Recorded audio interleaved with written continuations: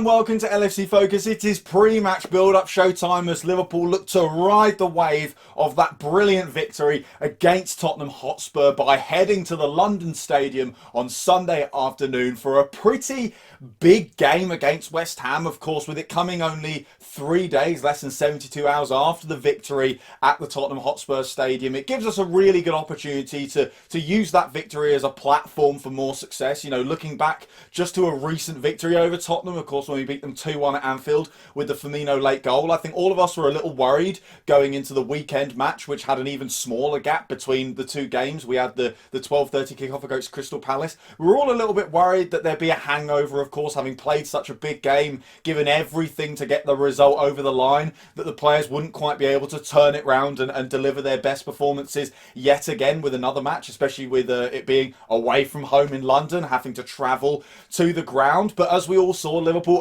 ripped Crystal Palace to shreds. It was almost as if, you know, they'd just come straight off of the pitch at Anfield in the game against Spurs and carried on as if, you know, they still had that kind of that guts and that desire and that will to win. And hopefully we can do a similar thing on Sunday. You know, Liverpool can fly into that game and use the momentum from the last match to really start getting our season back on track. And that's a slightly ridiculous phrase. It's a bit hyperbolic because, of course, our season was never completely off the rails, but it did feel like the title race was ever so slightly slipping away from us. And after that win against Tottenham, we've now got a great run of games where we can consolidate our place back at least near the very top of the Premier League table. And West Ham represents a pretty good chance to do it, because if we want to get close to the top of the table, we also want to put some distance between us and the chasing pack for the top four. I think that's one thing that we were really worried about, was if Liverpool drifted too far away from first place, they'd start to get embroiled in a real battle for a Champions League place. And that's the last thing we need. You know, obviously, if finances are tight enough that we're still struggling to sign a centre-half and we're looking to spend money on big money players in the summer, then we probably want to avoid being knocked out of Europe's premier competition for the upcoming campaign. So this game against West Ham, a team that have very suddenly got designs on the top four, and let's not forget, if they beat us in this game, they will leapfrog us in the table. They're only 2 points behind us, both teams having played an equal amount of games. We're in fourth, they're in fifth. They will see this as a huge opportunity to take a little bit of initiative and really cement what's been a good run of games into what could be a genuine challenge for the top four. And I'll be speaking to a West Ham fan a little bit later on in the video, so stay tuned for that. We're going to get his thoughts on how well West Ham are playing at the moment. They're obviously in a great run of form, and whether he thinks they can sustain this top four challenge. But the fact of the matter is, Liverpool have got a chance here now to put 5 points between us and West Ham and get back into the groove of not worrying about the top four and simply worrying about trying to retain our Premier League crown. So team news for the match at the weekend. Jurgen Klopp, of course, did his press conference today, and there was some bad/good news, depending on how you take it. We didn't get any kind of prognosis on exactly how long Fabinho's going to be out, after he, of course, was a late omission from the squad against Tottenham Hotspur, although we do know he won't be available for this game. The same goes for Joel Matip. The initial prognosis that we were given after the game against Tottenham by Jurgen was that it could be ankle ligament damage. It could be up to a 2-month layoff. He was worried that it would end up being very, very serious. According to Jurgen in his press conference today, the signs are a little bit better than that now, although they're still waiting on some kind of scan to tell them exactly what the problem is. So we'll probably end up knowing a little bit more about it when he does his pre-match interviews before the West Ham game, or potentially as far away as the pre-match press conferences for the game against Brighton in a few days' time. But in the meantime, he's definitely not going to be available for this game. So Matip and Fabinho, the two lads who've comprised our first choice centre-back pairing over the recent weeks, are both not going to be available for this game, which does mean that Jurgen Klopp has ever so slightly changed his tune in the press conference on the potential signing of a centre-half. I don't want to get too far into it because, of course, this video is very much focused on the West Ham game and not the transfer window. But the way Jurgen spoke about it, he went from the party line over the last few days and few weeks, which has been, listen, it'd be great to get another centre-half, but the money simply isn't there, to a much more kind of proactive mindset towards it, saying that the club are working on it. If there is a deal to be done, then they will look to do it. If there's a player available for the right price, they will look to get him. You know, exactly what's behind this change of tune, whether this has been the idea the whole time and the club has just been tight-lipped and denying it as a negotiating strategy, or whether Matip and Fabinho's injuries have changed the club's mind about whether or not they need to just splash the cash and get a few centre-halves in. Either way, it's looking like there's a bit more of a chance of us getting in a couple of defenders before the end of the window. Some names have been flying around. Shkodran Mustafi is rumoured to be being cast out by Arsenal for a pretty reasonable fee, if any fee whatsoever. They may just terminate his contract. There's also talk of us looking at Sven Botman from Lille, who's been mentioned a few times over the transfer window, although Liverpool have apparently just balked at the idea that they would have to pay all the money up front, although of course they may change their minds around that with about 48 hours left to go until the shutting of the window. And there's other names in and around here being mentioned as well. So let me know down in the comments below what you think of possibly signing Mustafi, possibly signing Sven Botman, what kind of players you think we should be going after. But the positive news is that it's looking like Liverpool may snap and twist, if you will, and actually go for a centre-half in this window. So that's the team news for the game. Before we get into exactly how I think Liverpool are going to line up, we'll go over to me and my good friend Sam to discuss the fortunes of West Ham. So, okay, you joined me from the other end of the LFC Focus studio, aka my bedroom. It's been dressed up a little bit for this call, and I'm joined by West Ham fan and online personality, Sam Caton. And I'm not even going to bother asking you how you are, Sam, because I'm presuming, given how West Ham are playing at the moment, that you're in a pretty good mood. I mean, it's 4 games won on the bounce, 6 games unbeaten, and suddenly out of nowhere you are flirting with the race for the top 4. And I guess the first question on my lips, and pretty much anyone's lips, is how on earth has this happened? Is it the manager, the players? Is it just something weird going on at the club? What is behind West Ham's fantastic form? Well, I just, we would have thought it was some sort of magic come into at the start of the season when we had the first 7 games that we had. We worked it all out at the start that we'd only we only got 1 point out of all available 42 in last season's fixtures. So that's why you've seen the graphic everywhere, where West Ham fans have had 8% of fan optimistic percentage going into the game. It's an awful time, but obviously we're on a great run, and it's long may it continue, obviously. But yeah, like you said, what would be a factor for it? It's got to be David Moyes just instilling a new sort of system, I think, into the team. We've got a really dynamic midfield now of Declan Rice and Souček. Obviously, they're just absolute workhorses, and it's just something that, unfortunately, as much as we love him, 33-year-old Mark Noble is not going to be able to run these kilometres that these other players are doing. So, we just love them. And we've also got this new sort of interestingly, through Craig Dawson, he's a much more vocal centre-back than sort of Diop, who is a beast, you could say, in terms of trying to dominate the ball, but he's not as vocal as someone as Craig Dawson or Angelo Bonner, who're brilliant. They're really good at holding up the structure. And so it means that, yeah, we're not leaking goals as often, and we're winning by 1-goal margins every time, so quite lucky. Well, yeah, I noticed that. They've been sort of tight games, but I wouldn't say that means West Ham have been fortunate. I mean, I don't want to get too much into XG because I know some people live by that and some people think it's a complete crock. But when you look at kind of the chances that West Ham had, and it was represented through the XG over their last few games, they've consistently outperformed opponents in that regard. And I mean, obviously you only win by the 1 goal against Crystal Palace, but anyone who watched that game will see that it could have been double figures for West Ham. They had plenty of chances, and luckily for them, they put a few of them away. But it's clear that it's not just fortune that's going West Ham's way. They've played their way into these results. They deserve to win these games, and obviously, as Liverpool fans, we don't really rate David Moyes. We kind of have a bit of a disposition to him because of the teams he's managed and because of what we've seen him do at those teams. But like you said, there seems to be something that's changed tactically. New players have come in, and I guess the next question is, the way you're playing now, is that going to cause Liverpool problems? Because obviously the way we're setting up, we are probably going to have to play Nat Phillips at centre-half, who had a great game against you last time at Anfield. I think you played Sebastian Haller in that game and went for high balls into the box. But it's a different system now. It's going through Antonio. The ball is on the deck a lot more. It's not just in the air. So do you think you're going to cause Liverpool problems at the weekend?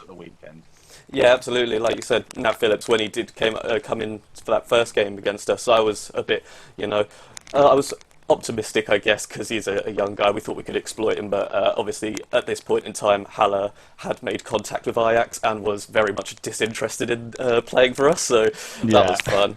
So Antonio's going to bring us a new dynamic, definitely, which is going to be really good, I think. So it'll be whether, because obviously our strong point of attack at the moment is getting those set-piece deliveries into the box. You've got your big absolute wardrobes in Souček, Dawson and Ogbonna again, just absolutely slamming their heads on absolutely anything that's coming into the box.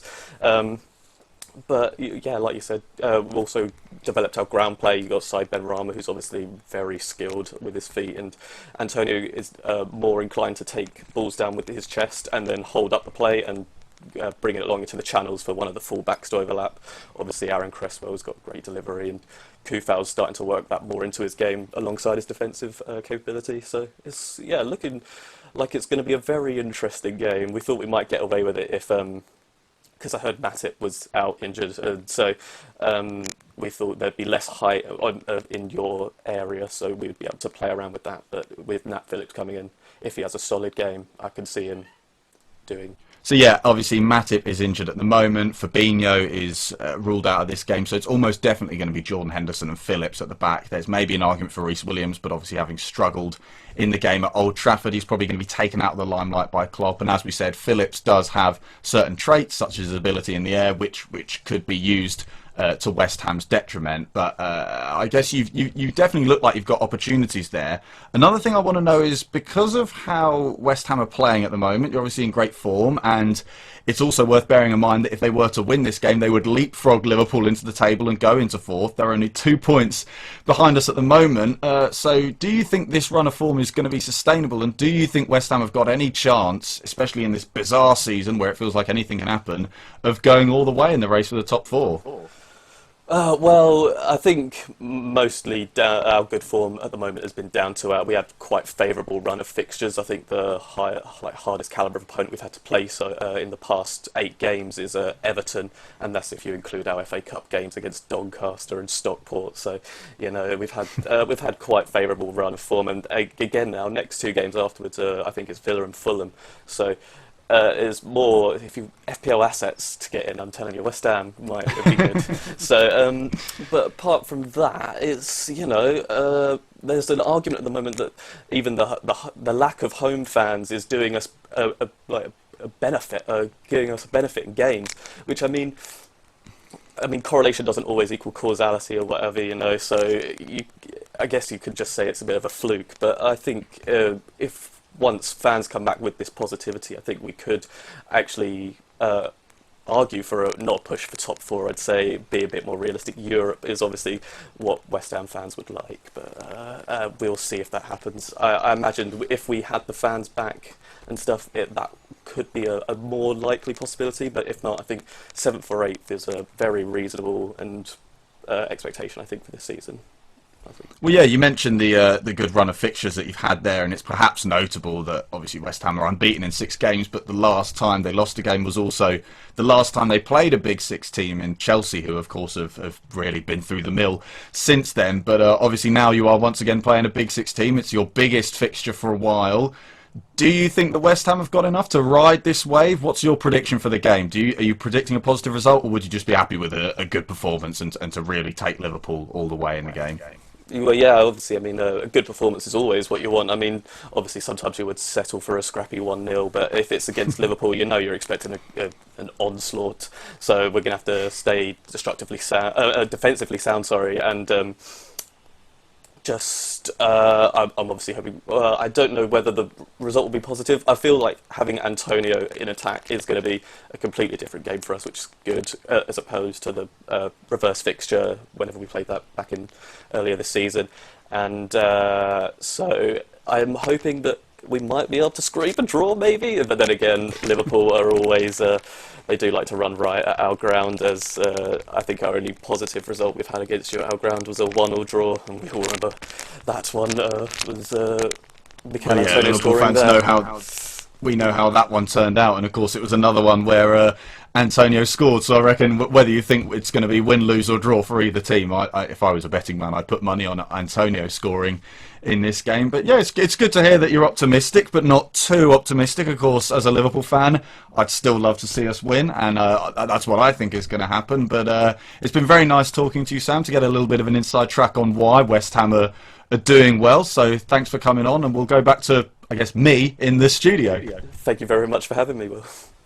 So yeah, very lovely to talk to, Sam, and it sounds from that discussion like we're going to get a pretty decent game. West Ham aren't going to just lump balls into the box. They're not going to park the bus. They are going to try and get some kind of result out of this and put in a decent performance, which is no surprise given the way they've been playing recently. They're probably not going to go into this game and just try and scrap out a point or anything like that. They will smell blood and see this as an opportunity to consolidate what's been a great run for them. But the Liverpool team that I think is going to try and get in the way of them doing that is as follows. I reckon it's going to be Alisson Becker in goal. In front of him, I think we go with the centre-half partnership that ended the game against Tottenham Hotspur. Of course, no Matip, no Fabinho, which means it's pretty much a choice between Henderson, Phillips and Williams.